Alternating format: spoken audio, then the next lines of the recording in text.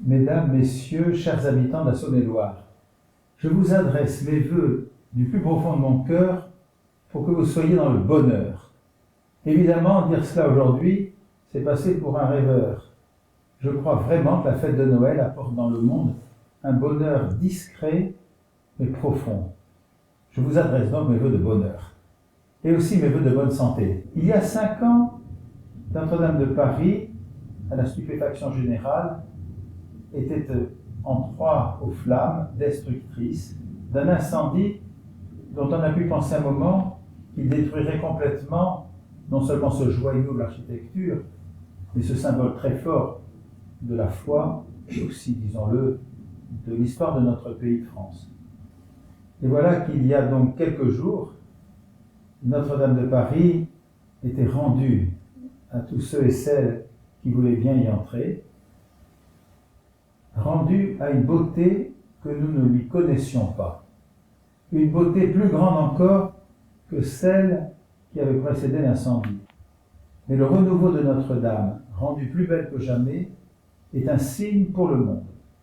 J'ose vous le dire, et peut-être avez-vous vu les images, avez-vous la possibilité déjà de regarder les images de Notre-Dame entièrement rénovées, reconstruites, rajeunies, et aussi peut-être de voir les images de Notre-Dame à nouveau remplies.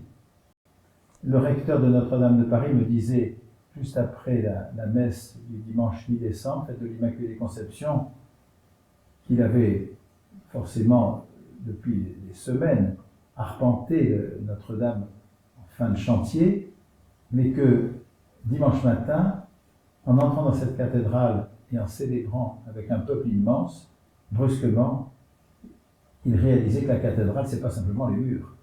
La cathédrale, c'est vous, c'est nous tous. Et du coup, je m'interroge sur, est-ce que notre cœur est encore capable d'accueillir de l'inattendu? Est-ce que notre cœur humain est encore capable d'accueillir une espérance? Et du coup, avec la cathédrale réouverte, toute neuve, je vois en même temps une autre cathédrale, toute discrète, ouverte sur le monde, et qui, je crois, est encore plus que Notre-Dame de Paris, le cœur du monde.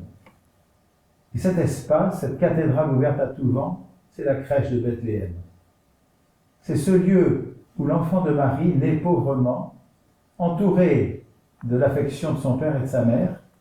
Il naît avec une très grande sécurité intérieure, alors que tous les éléments extérieurs disent l'insécurité. Je l'espère, vous aurez des temps pour les retrouvailles familiales, pour du temps d'amitié avec les voisins, du temps aussi, je l'espère, de repos et de prière.